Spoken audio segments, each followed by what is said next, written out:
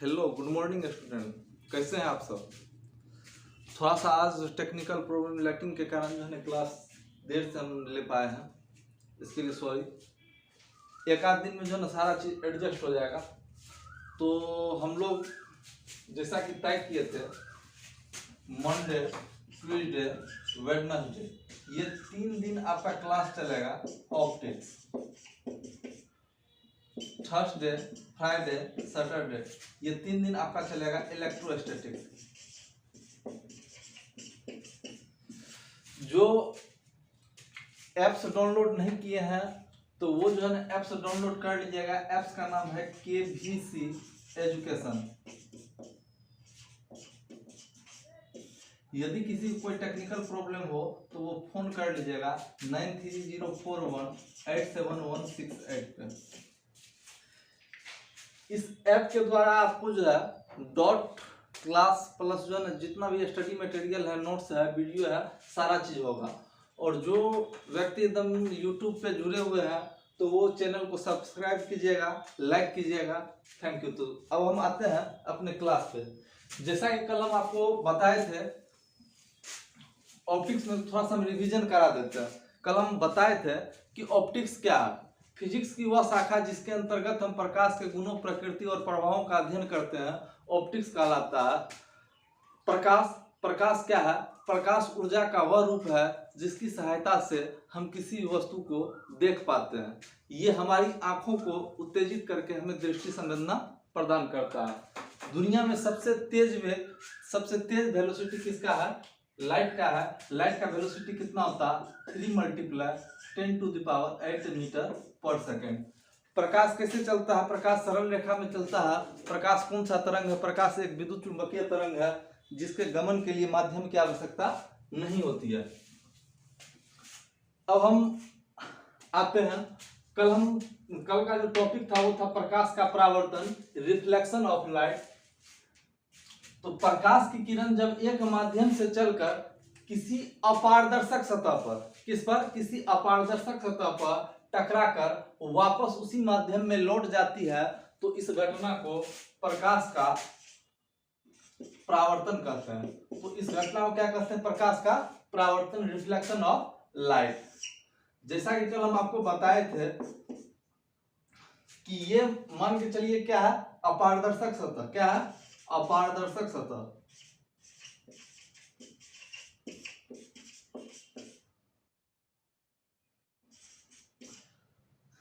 इस अपारदर्शक सतह पर जहां पर प्रकाश की किरण पड़ेगा वो बिंदु हो जाएगा आपतन बिंदु। क्या होगा? आपतन बिंदु। आपतन बिंदु पर खींचा गया लंब क्या होगा? अभिलंब, जिसको हम लोग नॉर्मल कहते हैं। आने वाला किरण आपतित किरण, लौट कर जाने वाला किरण परावर्तित किरण।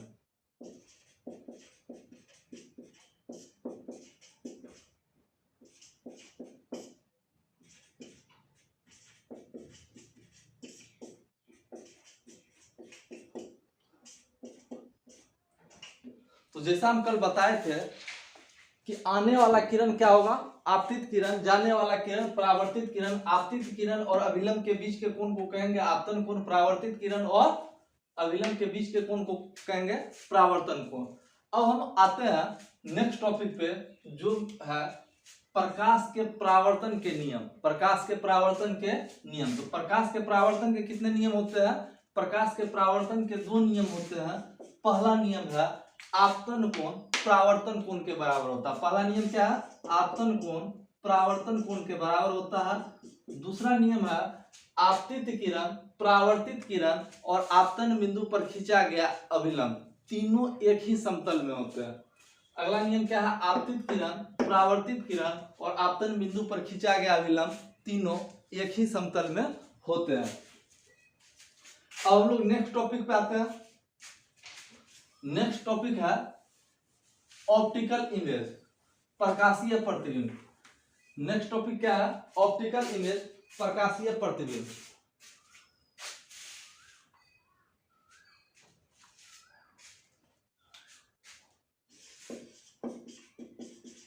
ऑप्टिकल इमेज प्रकाशीय प्रतिबिंब।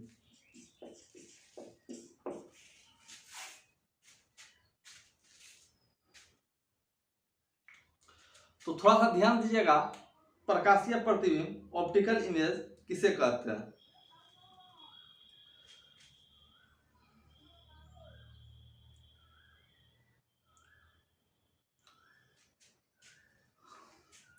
जब किसी बिंदु स्रोत से आने वाली प्रकाश की किरण, जब किसी बिंदु स्रोत से आने वाली प्रकाश की किरण परावर्तन या अपवर्तन के बाद, किसके बाद, परावर्तन या अपवर्तन के बाद जिस बिंदु पर मिलती है या मिलती हुई प्रतीत होती है उसे प्रकाशीय प्रतिबिंब कहते हैं। प्रकाशीय प्रतिबिंब किसे कहते हैं, जब किसी बिंदु स्रोत से आने वाली प्रकाश की किरणें परावर्तन या अपवर्तन के बाद जिस बिंदु पर मिलती है या मिलती हुई प्रतीत होती है उसे प्रकाशीय प्रतिबिंब ऑप्टिकल इमेज कहा जाता है।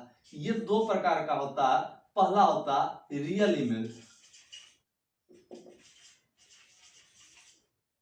वास्तविक प्रतिबिंब।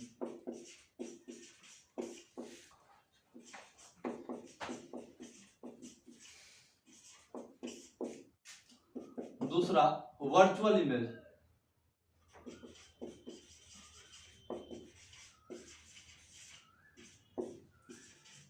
काल्पनिक या आभासी प्रतिबिंब।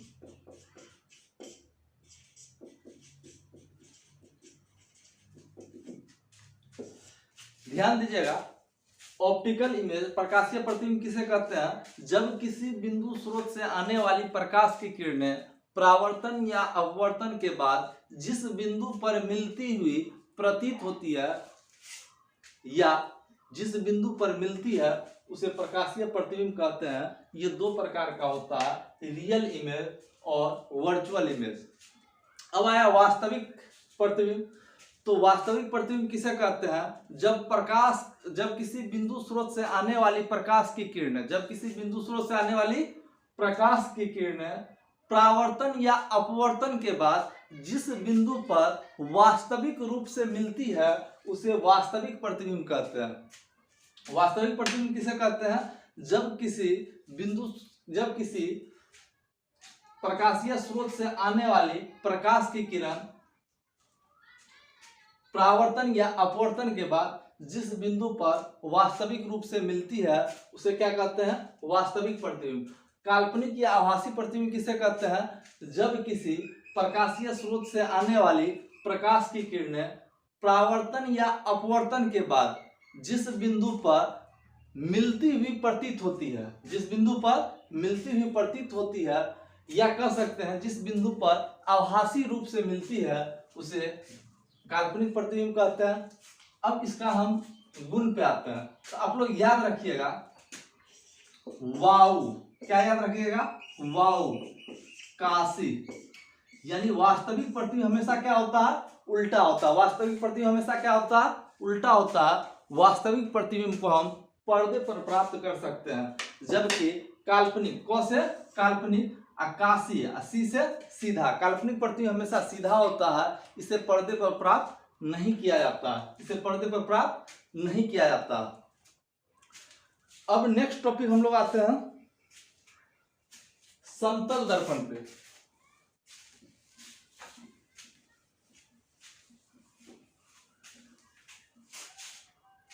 तो समतल दर्पण किसे कहते हैं, वैसा दर्पण जिसका परावर्तक सतह क्या हो, समतल हो, उसे समतल दर्पण कहते हैं। और समतल दर्पण से संबंधित कुछ निष्कर्ष लिखा रहा है। समतल दर्पण से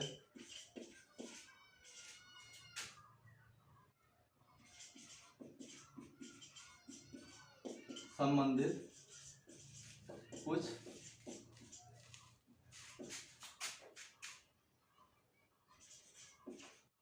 निष्कर्ष।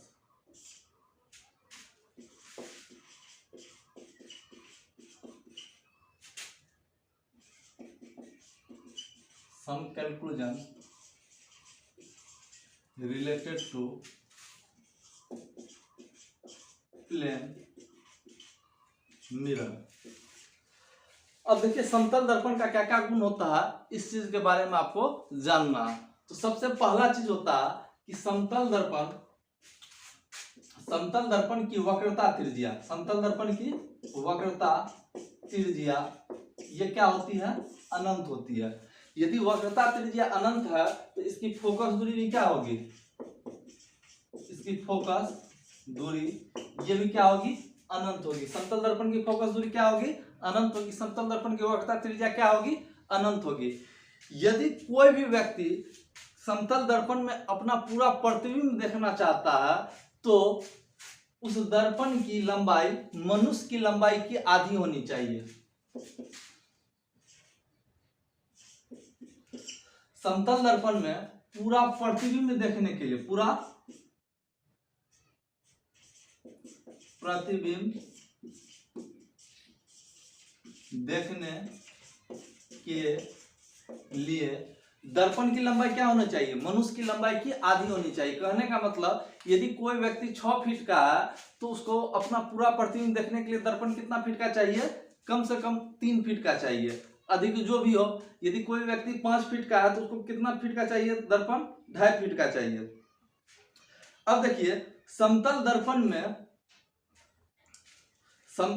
में प्रतिबिंब की दूरी और वस्तु की दूरी दोनों बराबर होती है। सपोज कीजिए कि ये समतल दर्पण है तो यदि हम इसको ऐसे नजदीक ला रहे हैं तो प्रतिबिंब भी नजदीक आएगा, और इसको दूर ले जा रहे हैं तो प्रतिबिंब भी क्या जाएगा, दूर जाएगा।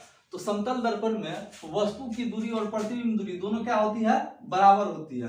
वस्तु दूरी के बराबर क्या होगा, प्रतिबिंब की दूरी।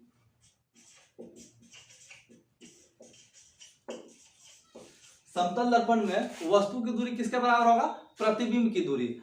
अब देखिए यदि समतल दर्पण ये मेरे सामने है तो समतल दर्पण में जो है क्या होता है, किसी वस्तु का पार्श्विक परावर्तन होता है। किसी वस्तु का क्या होता है, पार्श्विक परावर्तन होता है, पार्श्व परावर्तन होता है, लेटरल इन्वर्सन होता है। लेटरल इन्वर्सन कहने का मतलब है कि यदि हम ऐसे समतल दर्पण को देखें तो मेरा जो ये गाल पे यदि मच्छर बैठा हुआ रहेगा तो किस गाल पे दिखाई देगा, इस गाल पे। और बेवकूफी कभी ये नहीं कीजिएगा कि दर्पण को देख के कभी मच्छर जो है ना गाल पे नहीं मारिएगा, नहीं तो पता चला मारे गाल पे, इस गाल पे चाटा और मच्छर उड़ा इस गाल से। अंग्रेजी वर्णमाला में 26 अक्षरों में से 11 अक्षर का पार्श्व परावर्तन लेटरल इन्वर्सन नहीं होता जो निम्नलिखित है। अंग्रेजी वर्णमाला में कितने अक्षर होते हैं, 26 अक्षर होते हैं, उसमें से 11 अक्षर का पार्श्व परावर्तन लेटरल इन्वर्सन नहीं होता, जो क्या है, निम्न है। A H I M O T U V W Y 1 2 3 4 5 6 7 8 9 10 और एक्स वाई कर सकते हैं। तो आप इसको यदि आईना में देखिएगा तो जैसा ए है वैसा ही दिखाई पड़ेगा, मगर इस बी को जब देखिएगा तो वो आईना में दर्पण में कैसा दिखाई पड़ेगा, समतल दर्पण में इस टाइप का दिखाई देगा। यदि सी को देखिएगा तो कैसा दिखाई पड़ेगा, इस टाइप का दिखाई पड़ेगा। यदि डी को देखेंगे तो हमको कैसा दिखाई पड़ेगा, ये इस टाइप का दिखाई पड़ेगा। मगर जो ये आपका 11 अक्षर है इसका जो है पार्श्व परावर्तन लेटरल इन्वर्सन नहीं होता। अंग्रेजी वर्णमाला में कितने अक्षर है जिसका पार्श्व परावर्तन नहीं होता है, 11 अक्षर है जो है AHIMOTUVWXY, इसका जो है पार्श्व परावर्तन नहीं होता। पार्श्व परावर्तन कहते हैं किसको, लेटरल इन्वर्सन। लेटरल इन्वर्सन में जो है ना कोई भी वस्तु उल्टा नहीं दिखाई देता। क्या होता है, लेफ्ट साइड का भाग राइट साइड दिखाई देता है और राइट साइड का किधर दिखाई देता है, लेफ्ट साइड। या कह सकते हैं कि आपका बायां साइड आपके दायां साइड दिखाई पड़ेगा और दायां साइड किधर दिखाई पड़ेगा, बायां साइड। फिर अगला जैसा कि आप लोग कभी बच्चा में एक शरारत किए होंगे कि किसी भी व्यक्ति पे सूरज का किरण परावर्तित करके उसके आंख पे देते होंगे, बहुत मजा आता होगा। तो यदि किसी भी दर्पण को थीटा कोण से घुमाया जाए, कितना कोण से घुमाया जाए, थीटा कोण से घुमाया जाए, तो परावर्तित किरण जो है जो उस पे पर के लौटने वाला किरण है वो 2 थीटा कोण से घूम जाएगा। इसलिए हम लोग देखते होंगे कि कभी कोई व्यक्ति छत पे खड़ा है और उसको परेशान करना है, तो हल्का हल्का करके क्या करते हैं, दर्पण को मोड़ते हैं और परावर्तित किरण को उसके आंख पे देते हैं और बेचारा बहुत परेशान होता है, गुस्साता है और हम लोग को मजा आता है। तो कभी आप लोग ऐसा किए हैं तो ध्यान रखिएगा, यदि समतल दर्पण को हम थीटा कोण से घुमाएंगे, समतल दर्पण को कितना कोण से घुमाएंगे, थीटा कोण से घुमाएंगे, तो उस पर के वापस जो लौटने वाला परावर्तित किरण है वो कितना कोण से घूमेगा, वो 2 थीटा कोण से घूमेगा। कहने का मतलब यदि हम 10 डिग्री को समतल दर्पण को मोड़ ले तो वो परावर्तित किरण 20 डिग्री पे मुड़ेगा, यदि 20 डिग्री पे मुड़ेंगे तो वो 40 डिग्री पे मुड़ेगा, 40 डिग्री पे मुड़ेंगे तो वो 80 डिग्री पे मुड़ेगा। फिर नेक्स्ट पॉइंट पे आइए,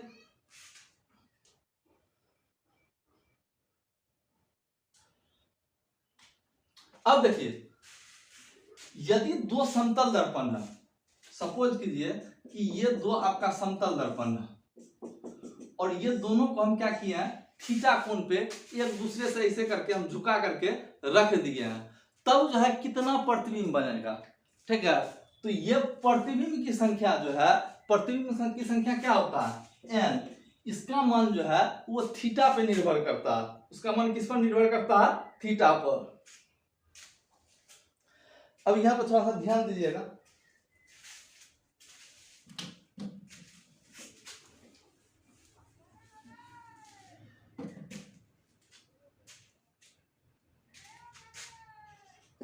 यदि दो समतल दर्पण एक दूसरे से थीटा कोण पर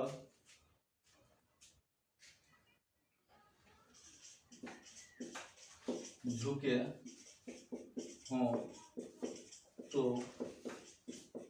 प्रतिबिंब की संख्या n का मान थीटा पर निर्भर करता है। नंबर 1 में यदि 360 बटा थीटा एक सम संख्या हो। नंबर 2, यदि 360 बटा थीटा एक विषम संख्या हो।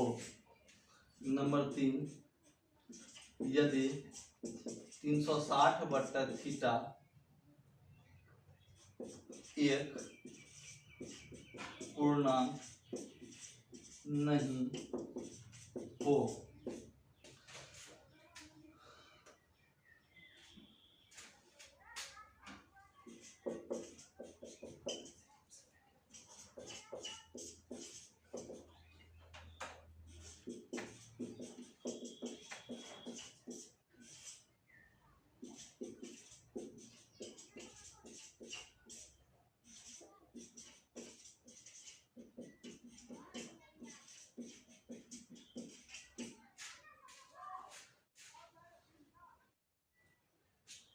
अब यहाँ पे ध्यान दीजिएगा, यदि 360 बटे थीटा का मान एक सम संख्या हो तो प्रतिबिंब की संख्या n बराबर क्या होगा, 360 बटे थीटा माइनस 1। फॉर एग्जाम्पल हम देते हैं, यदि मान के चलिए कि ये दो दर्पण है और ये जो है कितना डिग्री एंगल पे झुका हुआ है, ये मान के चलिए आप कि 60 डिग्री एंगल पे झुका हुआ। दो समतल दर्पण है जिसको हम लोग 60 डिग्री एंगल पे रखे हैं, तो आपको 360 बटा थीटा, यानी थीटा का वैल्यू यहाँ पे क्या है 60, तो 360 बटा 60 कितना है 6। तो प्रतिबिंब कितना बनेगा, तो प्रतिबिंब की संख्या n क्या हो जाएगा, 360 बटा थीटा माइनस 1, यानी 360 बटा थीटा का मान 6 है तो प्रतिबिंब कितना बनेगा 5 बनेगा। यदि मान के चलिए यहाँ पे यदि थीटा हो जाए 20 डिग्री तो 360/20 कितना होगा 18 और प्रतिबिंब की संख्या क्या होगा 17। उसमें से एक घटा लेंगे। ध्यान दीजिएगा यदि 360/थीटा एक सम संख्या हो तो प्रतिबिंब की संख्या n बराबर क्या हो जाएगा 360/थीटा - 1। मेरे कहने का मतलब है यदि दो समतल दर्पण एक दूसरे से थीटा कोण पे झुके हुए ऐसे झुका हुआ और उस बीच में कोई वस्तु रखा हुआ है तो उस वस्तु का कितना प्रतिबिंब बनेगा ये हम कैसे ज्ञात करेंगे। तो पहला चीज देखेंगे कि जितना डिग्री एंगल पे झुका हुआ है तो 360 में उससे भागा देंगे। पहला चीज देखेंगे कि वो भागा देने के बाद सम संख्या आता है या विषम आता है या भिन्न आता है, यही तीन चीज में से कोई आएगा। तो यदि 360/थीटा एक सम संख्या हो तो 360/थीटा का मान जो होगा, ठीक है, उसमें से हम एक घटा लेंगे। कहने का मतलब ये है कि मान के चलिए कि दो समतल दर्पण है, दो क्या है समतल दर्पण है, तो उसके बीच में मान के चलिए कोण 10 डिग्री है, 20 डिग्री कोण पे झुका हुआ है, 30 डिग्री कोण पे झुका हुआ है, 40 डिग्री पे झुका हुआ, 50 डिग्री पे झुका हुआ, 60 डिग्री पे झुका हुआ, 70 डिग्री पे झुका हुआ, 80 डिग्री पे झुका हुआ, 90, 100। तो पहला कंडीशन देखिए, हम पहला चीज निकालेंगे 360/थीटा, 360/थीटा। तो 360 पहला चीज यदि 10 डिग्री एंगल पे है इसका वैल्यू क्या आया 36। तो यदि 360/थीटा एक सम संख्या हो तो n बराबर क्या होगा 360/थीटा - 1। 360/थीटा का वैल्यू कितना है 36। तो कितना प्रतिबिंब बनेगा, प्रतिबिंब की संख्या n बराबर हो जाएगा 35 डिग्री, 35। n बराबर क्या हो जाएगा 35। अब अगला चीज में आते हैं, यदि थीटा 20 डिग्री हो तो 360/थीटा यानी क्या कीजिएगा 360/20, इसका वैल्यू क्या आया 18। कितना आया 18। तो प्रतिबिंब की संख्या क्या होगा, यदि 360/थीटा एक सम संख्या हो तो फिर प्रतिबिंब की संख्या में से क्या करेंगे कि जो 360/थीटा का वैल्यू है उसमें से एक घटा लेंगे, यानी 18 घटाओ 1 कितना हो जाएगा 17। फिर आइए यदि मान के चलिए 30 डिग्री है तो 360/30 कितना हो जाएगा 12। तो प्रतिबिंब की संख्या क्या होगा, जाहिर सी बात है कि 12 एक सम संख्या है तो प्रतिबिंब की संख्या क्या हो जाएगा, एक घटा लेंगे तो 11 हो जाएगा। कोई दिक्कत। अब देखिए यदि 360/थीटा, यदि थीटा बराबर क्या हो जाए 40 डिग्री हो जाए तो क्या हो जाएगा 360/40।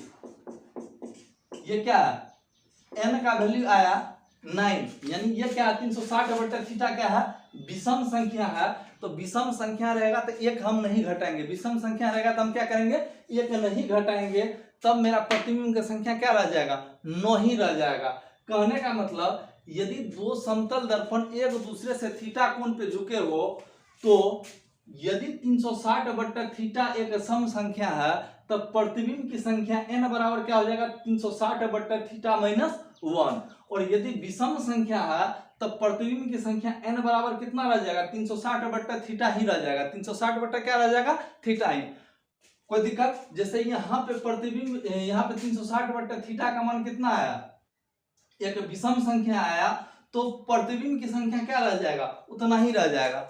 अब देखिए यदि मान के चलिए थीटा हो जाता है 50 डिग्री, थीटा कितना हो जाता है 50 डिग्री, तो हम क्या करेंगे 360/थीटा यानी 360/50 कितना आ जाता यानी 7.1/5 ये आ जाता है ना। तब जो प्रतिबिंब की संख्या है तो हम जो है जो ये मेरा भिन्न है तो इससे छोटा जो मेरा महत्तम पूर्णांक है वही हो जाएगा। यानी कहने का मतलब आप इसको लिख सकते हैं 7.2। तो इस दशमलव को हटा दीजिए, जो मेरा पूर्णांक, पूर्णांक मतलब क्या होगा पूर्णांक समूचा अंक, तो प्रतिबिंब की संख्या क्या हो जाएगा 7 हो जाएगा। यदि मान के चलिए एंगल 60 डिग्री रहता तो कुल कितना प्रतिबिंब बनता 360/60 कितना आता 6, यानी 6 एक सम संख्या है तो कुल प्रतिबिंब कितना बनेगा 5। यदि मान के चलिए 360/थीटा, यदि दो समतल दर्पण एक दूसरे 70 डिग्री एंगल पे झुका हो तो 360 क्या हो जाएगा 70, प्रतिबिंब की संख्या तो क्या हो जाएगा 5। क्योंकि हमको भिन्न में तो प्रतिबिंब आएगा नहीं, तो उससे छोटा महत्तम पूर्णांक लेना। तो आज का जो है ना वीडियो यहीं तक। थोड़ा इसको जो है ना आप लोग क्या कीजिएगा, रिवीजन कीजिएगा, जो भी डाउट होगा उसको पूछिएगा और यूट्यूब चैनल को सब्सक्राइब कीजिएगा। और कल थोड़ा सा ध्यान दीजिएगा, कल जो है हम इलेक्ट्रोस्टैटिक्स का पहला लेक्चर लेंगे। आज कुछ जो है ना टेक्निकल लाइटिंग प्रॉब्लम के कारण जो है ना आप लोग का क्लास लेट से स्टार्ट हो गया। तो जो भी यूट्यूब चैनल पे है उसको वो जो है ना वीडियो को क्या कीजिएगा, सब्सक्राइब कीजिएगा, शेयर कीजिएगा और थैंक यू।